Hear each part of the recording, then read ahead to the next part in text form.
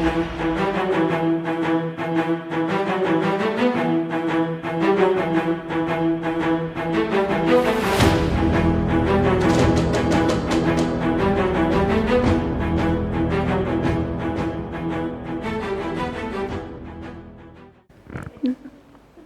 ons is reg.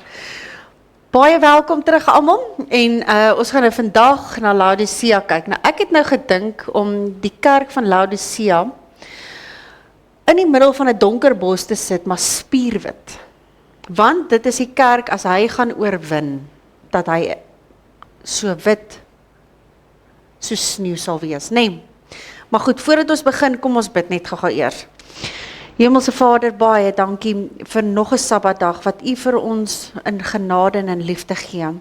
Here, dra elke liewe persoon wat hierna luister na U toe op en mag ons dit met liefde in ons harte, die les wat U vir ons hier leer, dat ons dit sal aanvaar en dat ons hierdie les by ons sal hou, want die tyd is naby en dat ons oë sal oopgaan vir die dwaallere daar buitekant. Amen. Nou goed, Laodicea. Die kerk van Laodicea is die laaste kerk of die laaste gemeente wat bespreek word in Openbaring. Nou, dit is van die jaar 1845 tot met die wederkoms. So met ander woorde, tot met die wederkoms is waar ons nou sit, né? So dis nou die kerk tot en met nou hierdie periode. Wat beteken Laodicea? Beteken om die mense te oordeel. Goed. Kom ons lees gou die brief saam voordat ons verder gaan. Oom JC. Tannie JC. Sewende brief aan die gemeente van Laodicea. En skryf aan die engel van die gemeente van Laodicea. Dit sê die Amen, die getroue en waaragtige getuie, die begin van die skepping van God.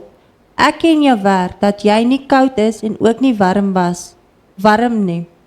Was jy tog maar koud of warm? Maar nou, omdat jy nou is en nie koud of warm nie, sal ek jou uit my mond spoeg.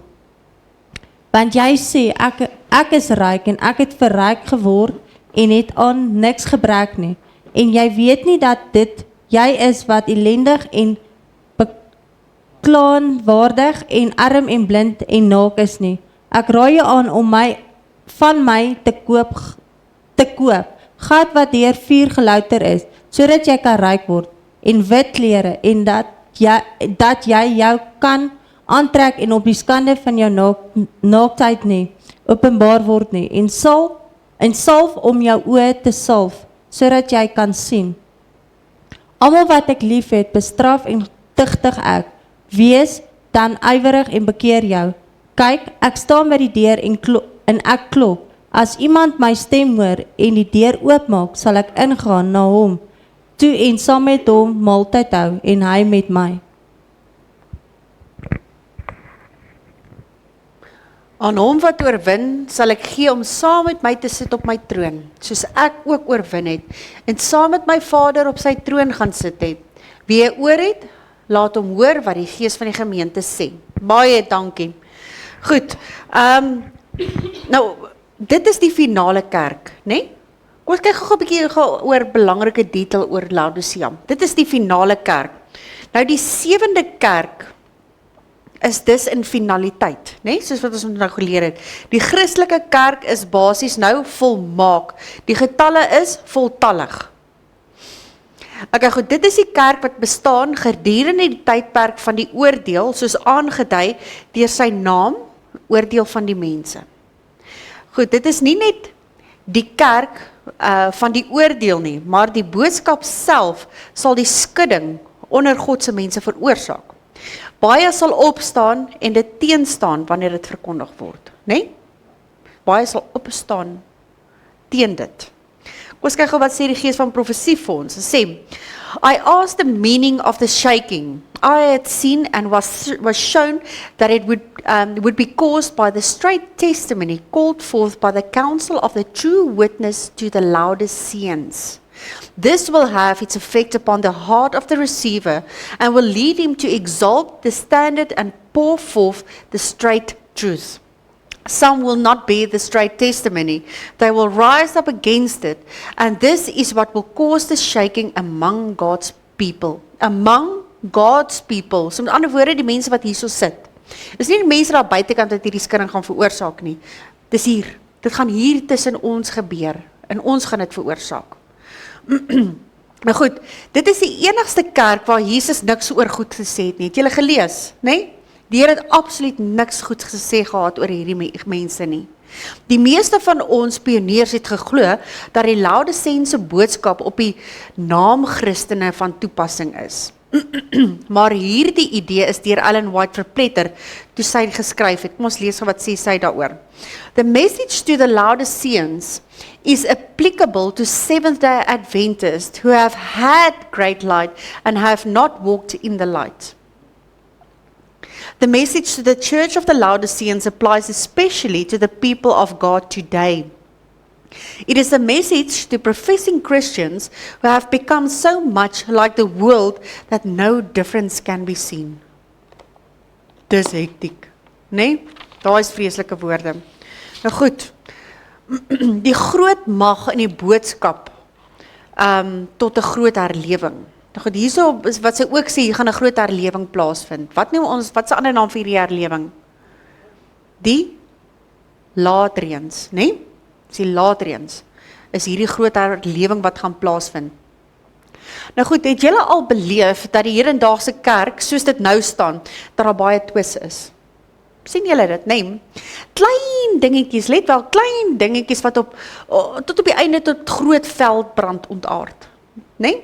Nou, die gees van twis is baie bedrywig in ons kerke. Dit is 'n gees van hierdie twis, nee?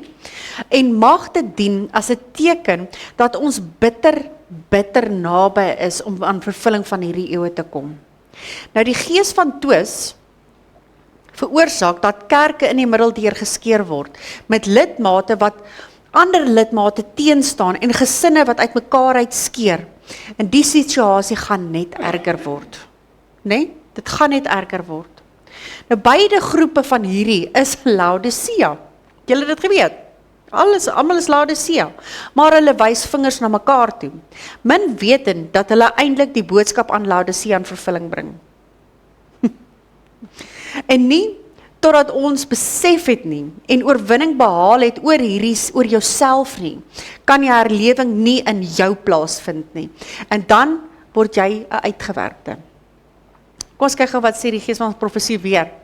They have resisted his grace, abused his privileges, slighted his opportunities, and have been satisfied to sink down in contentment, in lamentable ingratitude, hollow formalism, and hypocritical insincerity.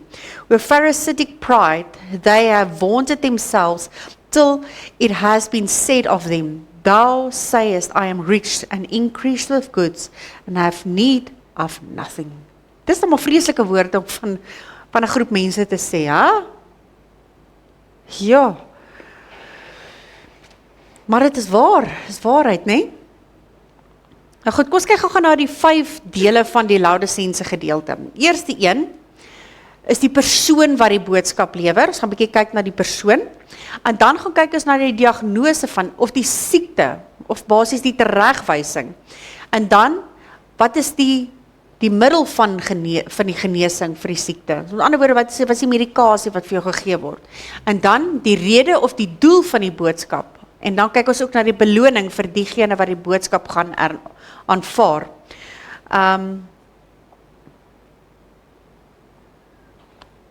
Okay, waar is dit nou? Goed, kom ons kyk gou na die eerste een. Ons kyk gou na die boodskapper. Goed, hy sê, hy is die Amen, of dit is so. Dit is nou die idee wat die boodskap bring. Onthou julle met al die ander boodskappe, was daar altyd 'n engel gewees, wat die boodskap uitgegee het. Nou hierdie boodskap, sê hulle, die boodskapper is, hy is die Amen, of dit is so. Hy is die beginner van die skepping van God, en weet dus alles van sy skepping. Hy is die getroue en ware getuie. Hy sê, ek ken jou werke. Die boodskap is betroubaar, omdat Jesus dit self oordra. Dit is die enigste van al die gemeentes wat Jesus self die brief aan hulle gee. Self die boodskap oordra. Ons kyk gou na die diagnose. Nou sê vir my gou, het jy al in jou kar gery en 'n snaakse klik klak klik klak geluid gehoor en eenvoudig net jou radio se klank opgestel sodat jy nie om net die geluid te ignoreer?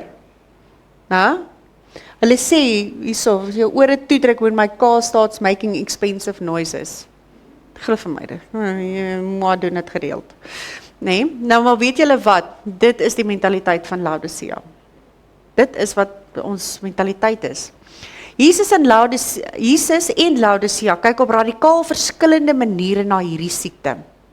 Laodicea sê, sy is ryk, dat sy lyks geklee is en dat sy 2020 visie het en dat sy gelukkig is, né? Dis wat die kerk moes sê, man ek is gelukkig, ek sit hier in die kerk, ek kom niks kort nie, ek gaan elke Sabbat kerk toe, ek doen dit, ek doen dat, ek doen al hierdie goed, so ek is perfek, my keer niks. Maar Jesus sê dat Laodicea arm, naak, blind en elendig is. Daar is iets verskriklik fout met Laodicea. Haar probleem is dat sy weier om te glo dat sy siek is. Hoe kan 'n dokter iemand behandel wat nie glo dat hy siek is nie? Hoe kan 'n dokter? Hy kan nie, nee. Oor hierdie selfbedrog sê Ellen White vir ons. Excuse. The message of the true witness finds the people of God in a sad deception, yet honest in that deception. They know not that their condition is deplorable in the sight of God. Nou die probleem met Laodicea is dat sy lou is. Lou water is 'n kombinasie van warm en koud. Laodicea het iets warms en iets kouds, né? Nou wat het sy wat warm is? Kom ons gaan kyk gou-gou eers na die stad van Laodicea. Hier is nou 'n bietjie van die roons hoe die stad gelyk het. Nou daar is Laodicea, en sien julle die ander stad, daar is Hierapolis. Ons gaan nou gou-gou 'n bietjie kyk na dit. Nou Laodicea was 'n ryk stad gedurende die Romeinse tydperk. Nie net was Laodicea geleë op 'n groot handelsroetes wat met belangrike stede soos Efese, Smyrna en Sardes verbind het nie, maar dit was ook 'n sentrum van tekstielproduksie en bankwese. So dit was nogal baie aansien gehad, né? Miskien nie verbasend nie dat die kerk van Laodicea in die Bybel as ryk beskou word. Ongelukkig het Laodicea geval ook onder die imperial cult. Daarso waar hulle die emperors geaanbid het, die keiser aanbid het, keiseraanbidding. Dis nou waar die keiser, maar soos ons in die verlede geleer het, was die Jode ook nie onder hierdie kam geskeer nie, né? En omdat die kerk meestal toe uit Jode bestaan het, in daardie tydperk, né? Het dit so met ander woorde die Christelike kerk, die kerk was amper half onder dieselfde kam geskeer as die Jode, en hulle het sommer die Christelike kerk saam met die Jode ingedruk en gesê dit is 'n kulte. Maar hoe meer die kerk gegroei het, het die Jode verminder. Toe hoor julle, né? Hoe groter hierdie kerk van God, die Christelike kerk geword het, hoe minder het die Jode geword, die oorspronklikes wat daarin was, né? En die ander nasies het as Christene gegroei. Nou klink dit ook vir julle dieselfde soos ons kerk? Hoe lyk dit op 'n Sabbat hier in ons kerk? Van alle nasies, alle stamme, alle volke, alle nasies, né? Daar's verskillende rasse en nasies wat aan ons kerk behoort. Ons gaan nou 'n bietjie gou kyk na ons kerk en kyk presies waar sit hy. Is nie net hierso in Klerksop nie. Dis baie groot. En hier is 'n direkte les wat ons van Christus ook kan leer, wat vir hom belangrik is in sy kerk. Elke stam, volk en nasie. Dis wat vir hom belangrik is in sy kerk. Nou die Christene in Laodicea is deur Domitius se dekrete aangeraak.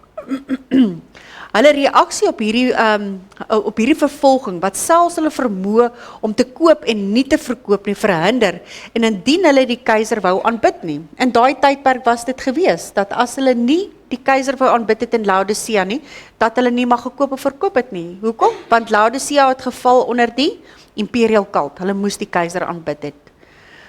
So sien julle al die geestelike ooreenkomste, nê, wat met ons is en hulle. Nou Laodicea het nie sy eie waterbron gehad nie. Dit was afhanklik van 'n nabygeleë stad Hierapolis vir sy water. Nou daar's Hierapolis. En daar's Laodicea. Nou Laodicea het glad nie water gehad nie. So Hierapolis het deur middel van hierdie aqueduct, soos 'n pypleiding, het hulle water gekry. En nou Hierapolis, daar's ons nou 'n regte foto van die plek, is rondom tale warm waterbronne gebou. So dit het 'n oorvloedige voorraad van warm water geniet. En deur middel van die aqueduct, daai pyplyn, wat ek julle nou gewys, nie, daai pyplyn, het hulle water na Laodicea toe gestuur. Maar toe die water Laodicea bereik het, het dit lou warm temperatuur afgekoel. So dit was nie 'n warm water, dit was nou lou water. Dit sal afgekoel of verhit moet word voordat dit geskik is vir gebruik.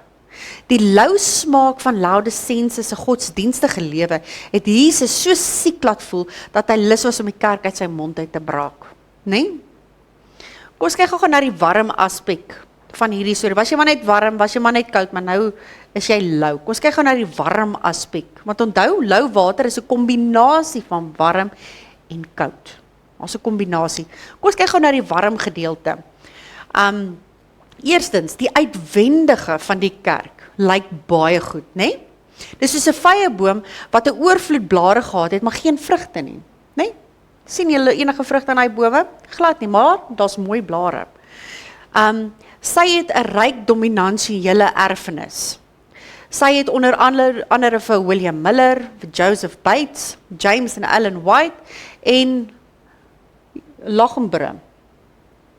Sy het 'n gesondheidsstelsel en sy het gesondheidsbeginsels wat die wêreld se afguns is, nê? Want hoekom mag ons nou nie vleis eet nie en al daardie goeters. Sy het die grootste protestante parogiale skoolstelsel ter wêreld. Kyk tot waar is die skole van ons kerk. Reg oor die wêreld. Sy het in meer as 200 lande van die wêreld en doop duisende mense wêreldwyd op 'n enkele dag. Nou hier is die grootste baptism op een dag. 260,000 mense have been baptized in Seventh-day Adventist Church recently. 21 Mei 2024. Nou, 260,000 mense wat hulle harte oorgegee het na hierdie kerk toe. Op 'n enkele dag. Op 'n enkele dag. Sy het honderde ekskuus tog julle. My oë wil nie vandag saamwerk nie. Sy het honderde uitgewerye en haar literatuur op wêreldwye skaal versprei. Kyk maar net hoe ver versprei ons 'n great controversy. Ver. Sy het 'n organisasiestelsel wat oor die wêreld strek en finansiële beleide wat haar hulpbronne versprei om die wêreld te bevoordeel. Weet julle wat beteken dit? So in ander woorde, die leraars in Suid-Afrika kry almal dieselfde salaris. Nie een van hulle kry meer salaris as 'n ander een nie. Nou wat gebeur in die ander kerke, as ons nou kyk na die 3 susterkerke? As jy jou kerk het in 'n ryk area, kry jy duisende rande, want hulle betaal jou inkomste. As jy in jou kerk het, sê nou maar in die arm gebiede van Klerksdorp, dan is jou inkomste baie laag, want die mense betaal dit. Maar ons kerk se stelsel het gesê, juis al die leraars reg oor die wêreld sal op dieselfde vlak wees. So as jy nou na Amerika is, gaan jy nou volgens hulle lewensstandaard, gaan jy 'n normale salaris trek, en almal wat daar is, kry presies dieselfde salaris. So dis wonderlik. Nee, niemand word bevoordeel nie. Hoekom doen hulle dit? En nog 'n ding, belangrike ding ook, hoekom het ons nie altyd ons leraar hierso vandat hy jong knapie is totdat hy 'n ou mannetjie is nie? Sodat jy nie lief raak vir die persoon nie, maar dat jy lief raak vir die boodskap, né? En dis dieselfde ding soos met die geld ook. Dat die leraars nie lief raak vir geld nie en geld jaag nie, maar dat hulle weet hulle is hierso in nederigheid om die pos te kan doen, né? Dis wonderlik. Goed, sy het 'n geloofstelsel met vaste Bybelse fondamente. Al haar leerstellings pas saam soos die skakels in 'n ketting. Nou goed, haar lede het 'n baie unieke leefstyl. Hulle rook of drink nie, hulle trek beskeie aan. Hulle eet nie varkvleis of garnale nie. Hulle gee hulle tiendes vir hul inkomste. Hulle gaan Saterdag kerk toe. En hulle dans nie of hulle gaan nie teater toe nie. Hulle beskou hulle selfs as die eienaardige volk van God. Nou eers ekstern lyk alles mooi, né? Klink dit so? Dit wat ek nou net vir julle gelees het, klink wow, né? Dis wonderlik. So ekstern as jy kyk na die Laodicea, lyk alles mooi. Al die vorm van godsdienst en vroomheid is daar vir die wêreld om te aanskou. Ons funksioneer soos 'n reusagtige, fyn gestemde en geoliede masjien. Perfek, geen probleem nie. Kom ons kyk gou 'n bietjie na die koue aspek. Nou die probleem met Laodicea is nie aan die buitekant nie, maar dit is aan die binnekant. Die probleem is nie hoofsaaklik met die gedrag nie, maar dit gaan aan oor die hart. Dis waaroor dit gaan, net dis waar die probleem is. Kom ons kyk gou wat sê 'n gees van profesie. There is hope for our churches if they will heed the message given to the Laodiceans. Sabbath after Sabbath, they meet together and with effort sing, hoor nou hierso, with effort, sing the songs that are assigned, but that do not come from the heart. The joy of Christ in the heart will make songs to come from inspired lips and warm, thankful hearts. Laodicea is skynheilig. Dit wys een gesig aan die buitekant, wanneer dit aan die binnekant heeltemal anders is. Laodicea is saamgestel uit halfhartige Christene. Hoor wat sê gees van profesie daaroor. Half-hearted Christians are worse than infidels, for their deceptive words and non-committal position may lead many astray. Dis hartseer, né? The infidel shows his colors. The lukewarm Christian deceives both parties. He is neither a good worldling nor a good Christian. Satan uses him to do a work that no one else can do. Laodicea is in 'n posisie van vleeslike sekuriteit, né? Laodicea is gevul met mense wat lappies karakters het. Nou kom ons kyk gou-gou, wat sê die gees van profesie. The Savior gives no encouragement to any to think that he will accept a patchwork religion. Such a religion is of no value in his sight. There may be at first seem to be some of self and some of Christ, but it soon seems that there is none of Christ. The patches of selfishness increases till the entire garment is covered with them. Dan lyk jy so. Nee? Nou die lede, hierdie is vreeslik, die lede van Laodicea is amper Christene. Is amper Christene. Almost Christians, yet not fully Christians. They seem near the kingdom of heaven, but they cannot enter there. Almost, but not wholly saved, means to be not almost, but wholly lost. Nee? Die Laodicea is neutraal en onverbindend. Hulle het nie commitment nie. Hulle is nie goeie Christene nie, hulle is ook nie goeie wêreldlinge nie. Hulle het 'n onverskillige godsdienservaring. Hulle geestelike lewe is smaakloos. Hulle is rolspelers. Hulle tree aan die binnekant die teenoorgestelde op as hulle tree aan die buitekant op, anders as wat aan die binnekant aangaan. Hulle is soos appels wat aan drade van 'n appelboom hang. Die vrugte word kunsmatig aan die boom gehang, né? Hulle is Christene, nie in die intellek nie, maar die waarheid het hulle harte nog nie bereik nie. Dis die probleem. Dit is hoekom Jesus in Openbaring 3 vers 20 buite die hart smeek om in te kom. Wat sê dit daarso? Kyk, ek staan by die deur en ek klop. As iemand my stem hoor en die deur oopmaak, sal ek ingaan na hom toe en saam met hom maaltyd hou en hy met my. They are lacking in devotion and fervor. They profess to love the truth, yet are deficient in Christian fervor and devotion. They dare not give up wholly and run the risk of the unbeliever. Yet they are unwilling to die to self and follow out closely the principles of their faith. Genade. Nou ek sê dit uit liefde uit. Want as ons almal deel is van Laodicea, ons almal is deel van Laodicea, né? Is ek reg? Yes. As jy jouself vandag in hierdie punte raak lees, dan is hierdie les 'n dringende boodskap direk van God af, direk uit die hemel af om aan jou aan te spoedig om met die Here in kontak te kom, so die areas wat jy nou gehoor het in jou lewe te kan verander. Die tyd is min julle en daar gaan nie meer voorbereidingstyd wees nie. So die tyd is nou, tyd moes al gewees het. Ons kyk gou na die fariseërs godsdiens, want dit is tog wat dit is. Dit is 'n fariseërs godsdiens. Ekskuus. Laodicense het dieselfde probleem as die fariseërs in Christus se dag.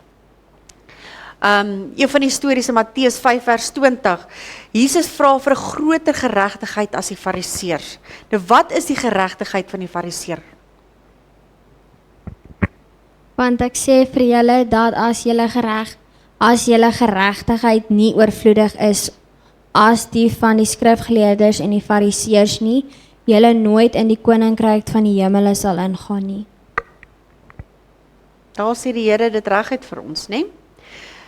Nou die fariseërs het 'n uiterlike geregtigheid gehad wat nie uit die hart gevloei het nie. Jesus roep die kerk om 'n geregtigheid te hê wat uit die hart uitkom.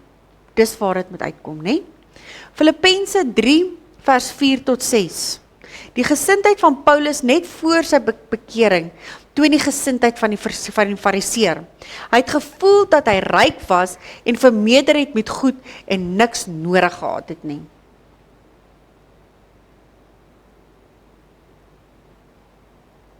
Wat sê hy? Lees maar oom, JC. Dis nie wat in Filippense staan nie. Want ek sê vir julle dat as julle geregtigheid Okay, wag. Ekskuus, ek het hom daar so uitgelos. Ekskuus, ek het hom verkeerd gekap in pys. Okay, goed. Skiet daai enetjie. Vra om verskoning. Goed, vir die fariseërs was doodslaan 'n uiterlike daad, né? Om iemand van fisiese lewe te ontneem. Maar vir Jesus was doodmaak 'n hartsgesindheid wat haat is teenoor jou broer. Vir die fariseërs het egbreek geïdentifiseer as 'n uiterlike daad. Maar Jesus het egbreek geïdentifiseer as iets wat in die hart plaasgevind het. Die fariseërs het die buitekant skoon gemaak, maar van binne was hulle siek gewees. Die fariseërs het God met hulle lippe geëer, maar hulle hart was ver van die Here af. Die ryk jong heerser het beweer dat hy 'n wetsonderhouer was, maar sy gehoorsaamheid was liefdeloos, omdat dit nie uit die liefdevolle hart uitgekom het nie. Die fariseërs en die tollenaar. Die fariseer was vol van homself en het regverdig gevoel vanweë al sy goeie werke. Maar die tollenaar het sy behoefte gevoel, né? Hy het sy behoefte gevoel. Die werkers van die wingerd, die werkers wat die meeste ure gewerk het gevoel dat hulle meer betaal moet word as diegene wat minder gewerk het. Nee, selfsugtig. Die ouer broer van die verlore seun. Die verlore seun het berou gehad en 'n beroep op sy vader se goedheid gedoen, terwyl die ouer broer die vader gedien het. Nie uit liefde nie, maar uit 'n gevoel van verpligting uit, né?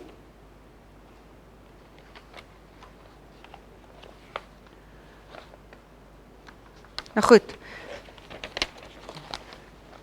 Die seervinger vandag is dit moeilik. Dis 'n moeilike besigheid. Goed, dit is ontnugterend om te besef dat Jesus gekruisig is deur 'n kerk wat mense bywoon. Sabbatsonderhouding, diendes betaal, gesondheidshervorming en 2 keer per week gevas het hierdie mense gevas.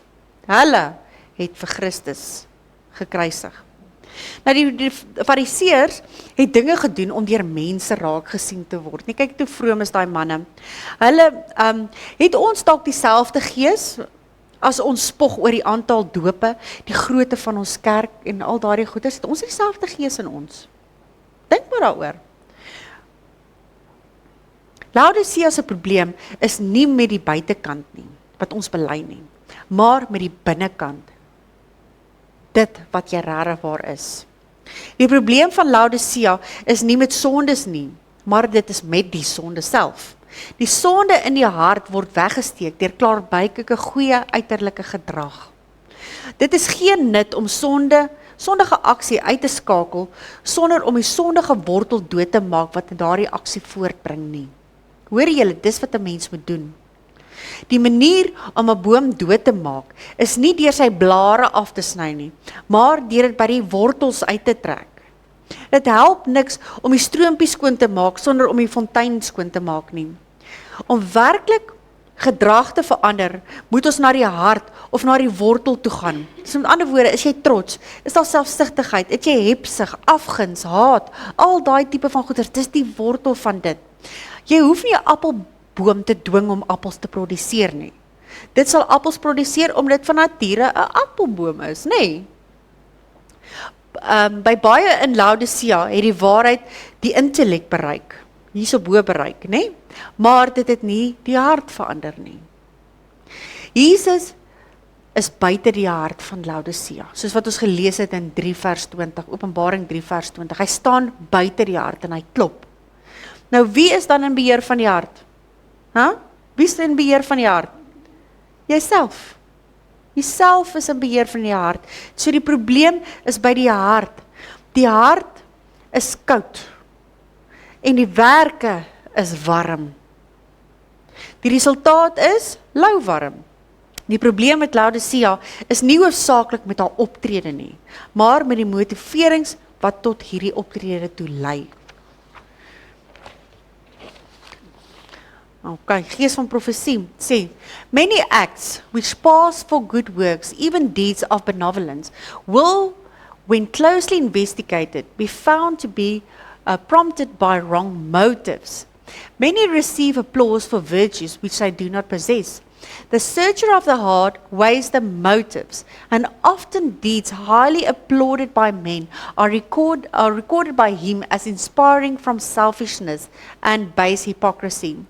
Every act of our lives, whether excellent and praiseworthy or deserving of censure, is judged by the searcher of the hearts according to the motives which prompted it. So waaroor gaan dit? So motiewe. En hierso sê hy ook, every action derived is its quality from the motives which prompts it. Every course of action has a twofold character and importance. It is virtuous or vicious, right or wrong, according to the motive which prompts it. It is not the greatness of the work, but the love of which is done, the motive underlying the action that determines its worth. Purity of heart, purity of motive may yet characterize those who are half-hearted and who are striving to serve God and mammon. Strive. So met ander woorde, wat doen jy? Jy probeer uit jou eie uit. Kom ons kyk gou na 2 radikale verskillende sieningspunte hierso. Dit is belangrik dat ons sien wat gaan aan met Laodicea, want dit is waarin ons sit. Ons kan sien wat is die probleem, sodat ons die probleem kan kry, dat ons dit kan verander en daaraan kan werk. Laodicea dink sy is ryk. Sy dink sy het 2020 visie, sy is lieks geklee en is gelukkig.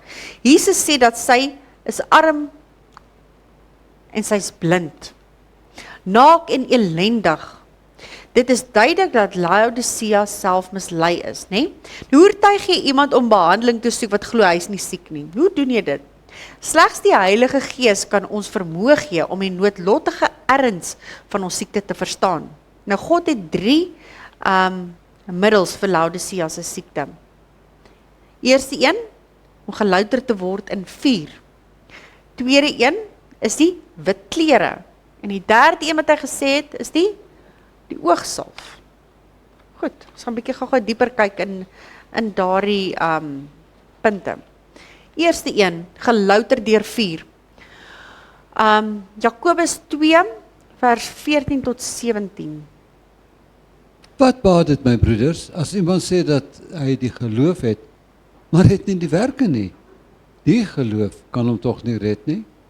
As daar nou 'n broeder of suster naak is en aan die daaglikse voedsel gebrek het, en een uit julle sou vir hulle sê, gaan heen in vrede, word warm, word versadig, maar julle gee hulle nie wat die liggaam nodig is nie. Wat baat dit? Net soos dit ook die geloof, as dit geen werke het nie, in sigself dood. Awesome. So let wel, die mens word gered deur geloof alleen, maar die geloof wat red is nooit alleen nie, né? 'n dooie geloof kan 'n mens nie red nie. Vers 18. Maar iemand sal sê, jy het die geloof en ek het die werke. Toon my jou geloof uit jou werke, en ek sê jou uit my werke my geloof toon. So met ander woorde, die mens word nie gered deur geloof alleen of deur werke alleen nie. Ook nie deur geloof plus werke nie, maar deur 'n geloof wat werk. Vers 19. Jy glo dat God een is. Jy doen goed. Die duivels glo dit ook. En hulle sidder. Nou die demone het ook 'n intellektuele geloof, né? Geloof is 'n aksiewoord. In Hebreërs 11 doen die geloofshelde altyd iets. Hulle lees ook die Bybel, en hulle glo ook wat daarin staan. Hulle glo dit, maar hulle doen dit nie. Vers 20. Maar wil jy weet, o nietige mens, dat die geloof sonder die werke dood is? Paulus gebruik die voorbeeld van Abraham, toe hy God gehoorsaam het en uit Ur gekom het. Jakobus gebruik die voorbeeld van Abraham later in sy lewe, toe sy werke aan die lig gebring het, dat sy geloof eg was, né? Vers 22. Sien jy dat die geloof saamgewerk het met sy werke en dat die geloof volkome geword het uit die werke? Wanneer 'n deur oopgemaak word, beweeg albei kante gelyktydig, né? 'n bladsy het twee kante. Dit is onmoontlik vir die een kant om te bestaan en die ander kant nie, né? Wanneer jy jou kar ry, draai die agterwiele en die voorwiele volg mos, né? Of andersom. Die voorwiele draai en die agterwiele volg. Okay goed, geloof en werke is soos twee roeispane van 'n boot. Beide is nodig om die Christelike lewe te bevorder, om vorentoe te gaan. Die woord perfek beteken volledig. Dit wil sê geloof sonder werke is onvoltooid. Né? Vers 26, laaste enetjie. Want soos die liggaam sonder gees dood is, so is ook die geloof sonder die werke dood. Laodicea het 'n geloof nodig wat liefde as 'n motiverende krag het. Ek wil nou net gou ietsie sê, iets wat vir my vanoggend baie getref het. Toe ons die oomie hiervoor, wie sy geloof, of hom net ingestem het in die kerk in, sy geloofsbelijdenis genoem het. En een van die goeters daarso wat hy gesê het, is dat, glo jy, wil jy deel word, is dit jou begeerte om deel te wees van die kerk? En soos wat jy deel word van die kerk, soos wat jy gedoop is, hoeveel van julle is gedoop? Almal van julle is gedoop, né? So ons is almal gedoop hier, en wat sê dit nou? Jy sê, is dit jou begeerte om deel te wees van die kerk? Is dit jou begeerte om werk te doen in die kerk?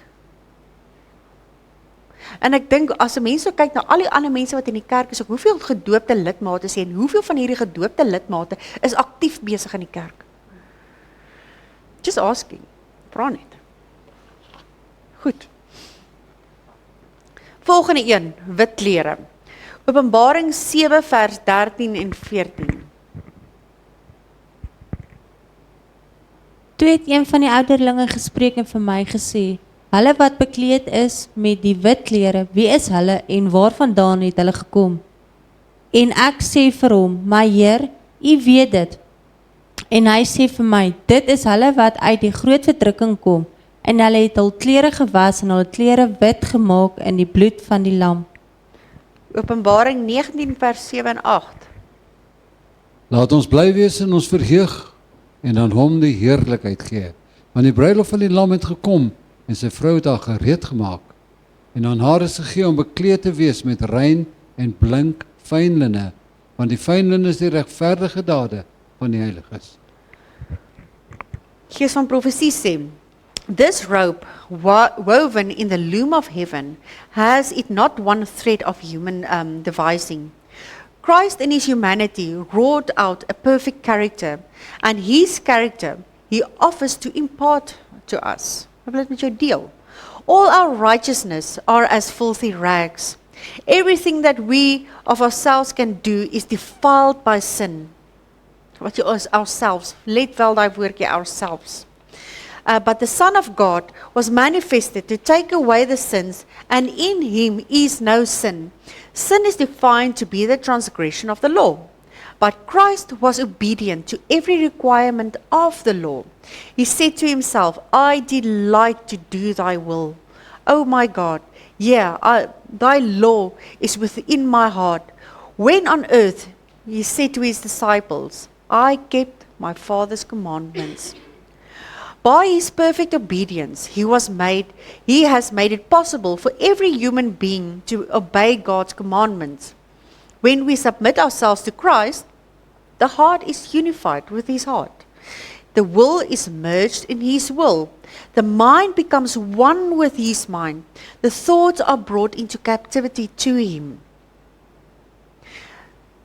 We live his life.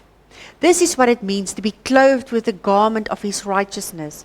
Then as the Lord looks upon us, he sees not the fig leaf garment, not the nakedness and deformity of sin, but his own robe of righteousness, which is perfect obedience to the law of Jehovah.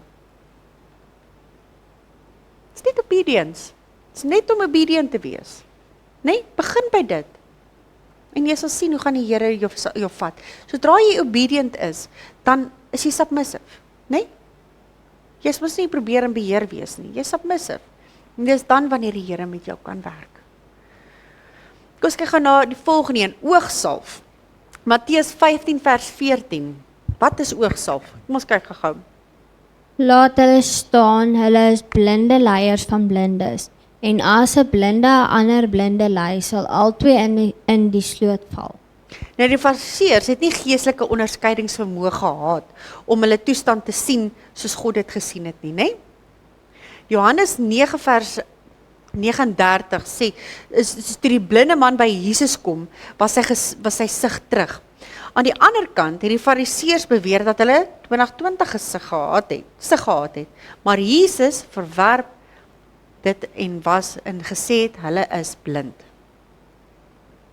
En Jesus sê, tot 'n oordeel het ek in hierdie wêreld gekom, sodat die wat nie sien nie, mag sien, en die wat sien, blind mag word.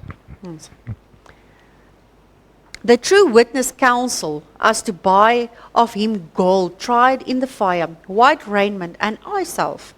The gold here recommended has been tried in the fire is faith and love. It makes the heart rich, for it has been purged until it's pure. And the more it's tasted and the more brilliant is its luster. Sien julle dit? The more it is tasted, so meer jy getoets word en alles, wat gaan gebeur as jy toets? Wat groei in jou? Jou geloof, né? Jou vertroue in God. Want elke keer deur elke toets dan sien jy, daar was die Here en ek het die Here gevra en hy het my deur dit gevat, né? So deur elke een, en hoe meer toets jy kry in jou lewe, hoe reiner word jy, né? The white raiment is purity of character, the righteousness of Christ imparted to the sinner. This is indeed a garment of heavenly texture that can be bought only of Christ for a life of willing obedience. The eye salve is that wisdom and grace which enables us to discern between the evil and the good, and to detect sin under any disguise. God has given his church eyes which he requires them to anoint with wisdom, and that they may see clearly. But many would put on the eyes of the church, if they could, for they would not have their deeds come to the light, lest they should be reproved. The divine eye self will impart clearness to the understanding. Nee, so wat is die oogsalf? Sodat jy kan wysheid hê. Sodat jy kan sien, hoorie, wat's reg, wat's verkeerd. En waarmee werk ons as ons dit doen? Wat gebruik ons as ons hierdie discernment doen? Gebruik jou hart. Jy gebruik jou brein, jou frontal lobe. Dis hoekom die gesondheidsboodskap ook so belangrik is, dat jy hierdie gedeelte van jou liggaam gesond hou. Want dis waar die wysheid kom. Wysheid kom nie uit die hart uit nie. Wysheid kom hier uit jou verstand uit. Dis wat die Here vir jou gee. Nou goed, volgende een is by die deur van die hart. Openbaring 3 vers 20 staan dit mos, hy staan by die deur en hy klop, né? Die groot probleem is dat Jesus buite die hart staan. Sien julle daar, hy staan buite die hart. So dit moet beteken dat jy self is in beheer van jou hart, né? So wat ons nou gesien, jy is myself in beheer. Daar's 2 soorte selfsugtige harte. Diegene wat beweer dat hulle God dien en doen soos wat hy wil. Hulle wil gered word in hulle sondes. En daar's so 'n paar versies, net om bietjie daarso na te gaan kyk as jy dit wil afskryf wat net bietjie meer daaroor gee. Die tweede een is diegene wat daarop aanspraak maak dat hulle God dien en poog om hulle bose harte te bedek met goeie werke. Hulle wil gered word deur hulle goeie werke. En ons sien dit in Matteus 15 vers 8. Wat sê die Here daarvan? Hierdie volk nader my met hulle mond en eer my met die lippe, maar hulle hart is ver van my af. So dis 2 verskillende bome. Die eerste boom is 'n boom met 'n slegte wortel wat slegte vrugte dra. 'n tweede tipe boom waarvan daar kunsmatige vrugte gehang word, né? Wanneer die apostel Paulus na werke van wet verwys, praat hy nie van goeie werke nie. Hierdie werke is per definisie boos, omdat dit gedoen word om ander te beïndruk en om verdienste te verdien, né? Die probleem met hierdie tweede groep selfsugtige mense is nie met hulle dade nie, maar met hulle motivering by hulle dade. Hoekom doen jy dit? Die probleem is om die regte dinge vir die verkeerde redes te doen. Hulle wil God en hulle medemens beïndruk. Dit mislei hulle om te dink dat hulle in orde is voor God. Om vir God te probeer beïndruk, vir hom te wys hoe smart jy is, né? Jy kan nie smart wees nie, nie eers voor God nie. Hoor wat sê, Gees van Profesie is nogal baie harde woord hier. The drunkard is despised and is told that his sin will exclude him from heaven. Hoor ons dit nie elke keer nie? Huh? While pride, selfishness and covetousness too often go unrebuked. But these are sins that are especially offensive to God, for they are contrary to the benevolence of his character. So that unselfish love, which is the very atmosphere of the unfallen universe. He who falls into some of the grossest sins may feel a sense of his shame and poverty in his need for the grace of Christ, but pride feels no need. And so it closes the heart against Christ and infinite blessings he came to give. So in ander woorde, wat is dit? In ander woorde daarvoor is die sonde teen die Heilige Gees, né? Many acts which pass for good works, even deeds of benevolence, will then closely be investigated, be found to be prompted by wrong motives. Many receive applause for virtues which they do not possess. The searcher of hearts inspects motives, and often the deeds which are highly applauded by men are recovered by him as springing from selfish motives and base hypocrisy. Every act of our lives, whether excellent and praiseworthy or deserving of censure, is judged by the searcher of hearts according to the motives which prompted it. Every act derives its quality from the motive which prompts it. Okay, goed. Every course of action has a twofold character and importance. It is vicious. Okay, goed, hierdie het ons gelees. Ek gaan hulle nie weer van ons oorlees nie, né? Onthou net een ding. God sien reg deur ons. Hy weet ons kan goddelose motiverings vir mense wegsteek, maar nie vir God nie. Kom ons kyk gaan na 'n praktiese voorbeeld om die regte ding te doen vir die verkeerde redes. Eerste een, kan 'n mens gee, giving to charity, Is daar 'n verkeerde manier, is daar 'n regte manier? Ha? Volgende enetjie. Prayer ministries. Is dit moontlik om vir die verkeerde rede te bid? Is dit 'n blote godsdiens net beoefening? Net sê, ag, ek moet nou bid. Dit kom dit volgende maar nou net. Ek moet nou voor ek gaan slaap moet ek bid en is klaar. Voordat ek eet moet ek bid net. Dit is mos 'n godsdiensoefening. Dit is mos net 'n ritueel wat dit weer geword is, nie omdat jy dit wil doen nie. Gebed om deur mense gesien te word. Baie mense sal sommer net loop en sommer daar in die middel van die tuin, sommer net daar so vir iemand begin bid. Wat is die motief? Hoekom bid jy vir 'n persoon sommer net so oop in die bloot? Hoekom vat jy nie die persoon in die privaatheid en jy bid daar nie? Hoekom wil jy hê die mense moet dit sien? Dis motiewe. Waarom doen jy dit? Deuteronomium 4 vers 29. Prayer must come from the heart. Hierdie is een van die mooiste verse in die Bybel.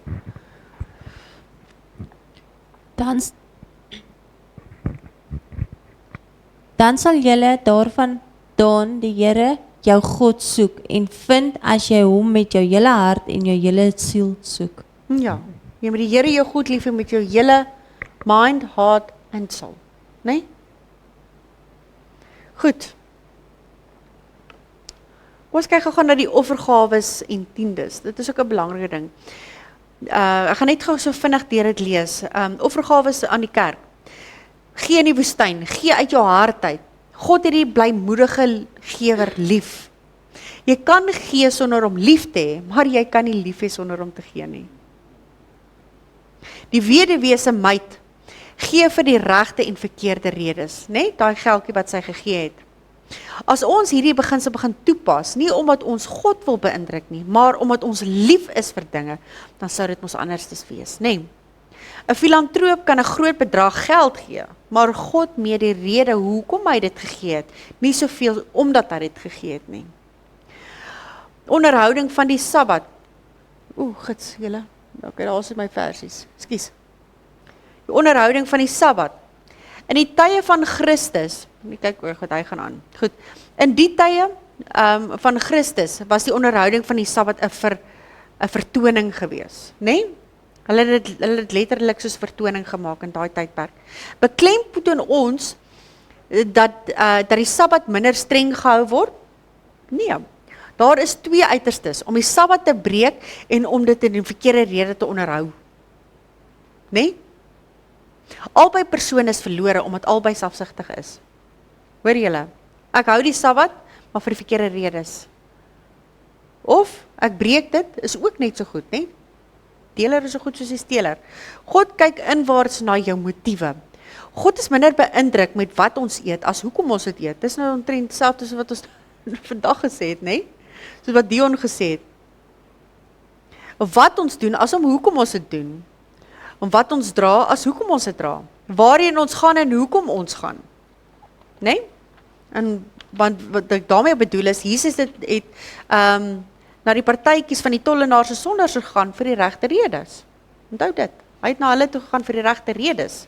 So dis ook die motief op die einde van die dag.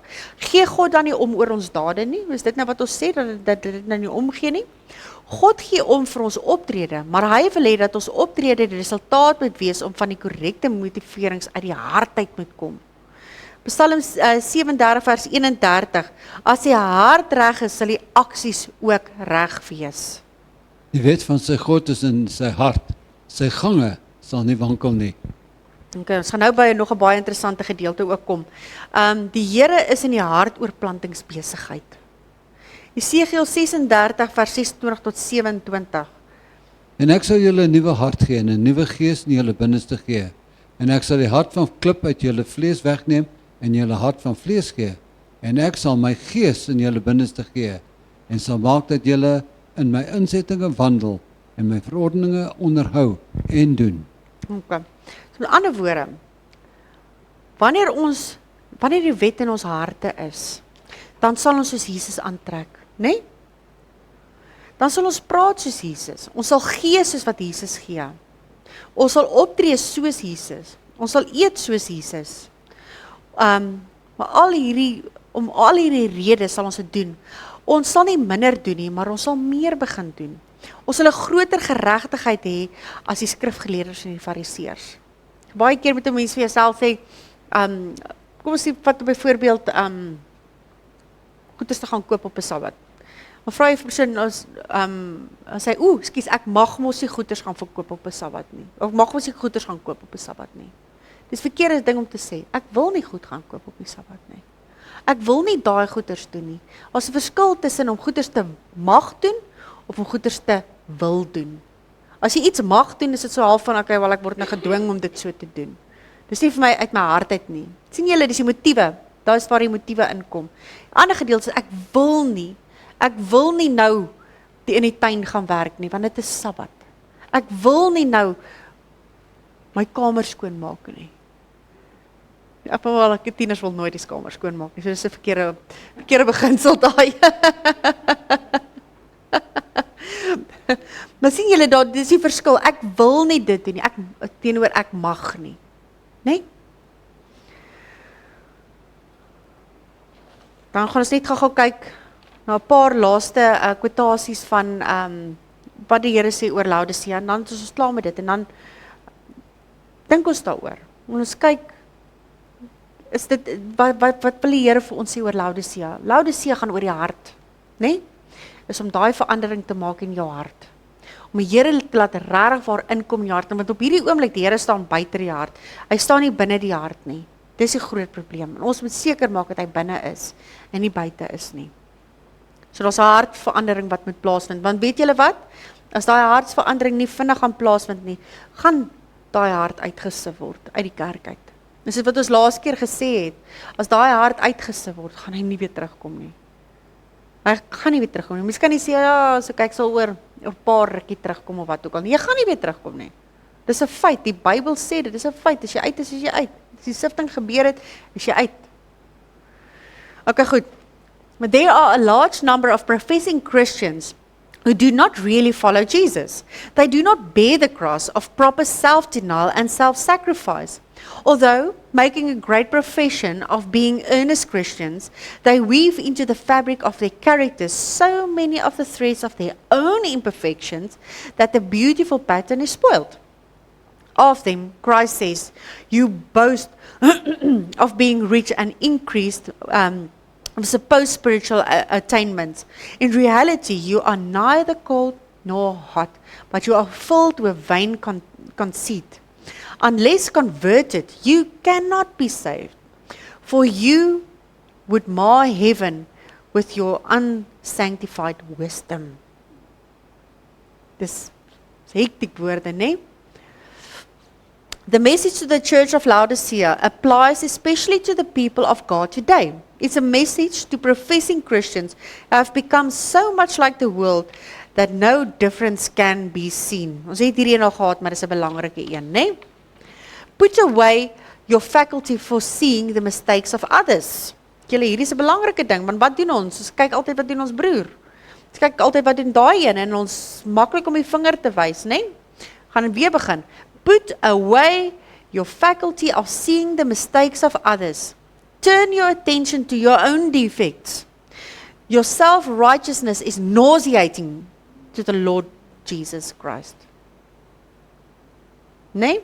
The figure of spewing out of his mouth means that he cannot offer up your prayers or your expressions of love to God. He cannot endorse your teachings of his word or your spiritual work in any ways. He cannot present your religious exercises with the request that grace be given you. Nee. So, die ding is, as jy uitgespoeg is, dis soos die sifting, nee? Die uitspoegery is soos die sifting. As jy uitgespoeg is, gaan die Here jou nie weer in sy mond sit nie. As jy uitgesif is, gaan jy nie weer terugkom nie. So, hou vas. En ja, dit beteken nie dinge gaan beter gaan nie.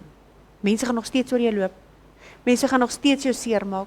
Mense gaan nog steeds te kere gaan en probeer enige iets doen om jou hier uit te kry. Maar wat moet jy doen? Jou hart verander, nee? Dit gaan oor jou motives. Dit gaan oor, hoe gaan jy hierdie saak hanteer? Nee? Is belangrik. Ons volgende lesing is Openbaring 4. Dit is baie cool. Julle moet kom kyk na dit. Ek sien hom glimlag hierdie twee keer voor. Dit is 'n verskriklike mooi les en sjoe, die Here laat ons toe om die hemel te sien hierso. So kom kyk saam volgende week.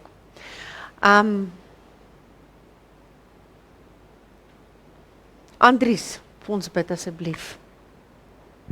Daar's net een. Ek kyk nog om. Dankie.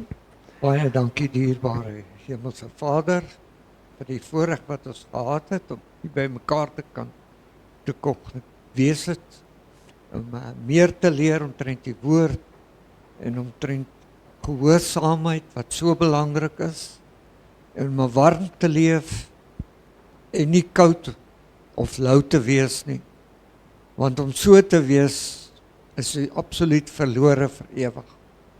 Daarom bid ons Here, laat ons sal warm wees in ons harte vir mekaar, maar hoof eerstens vir U.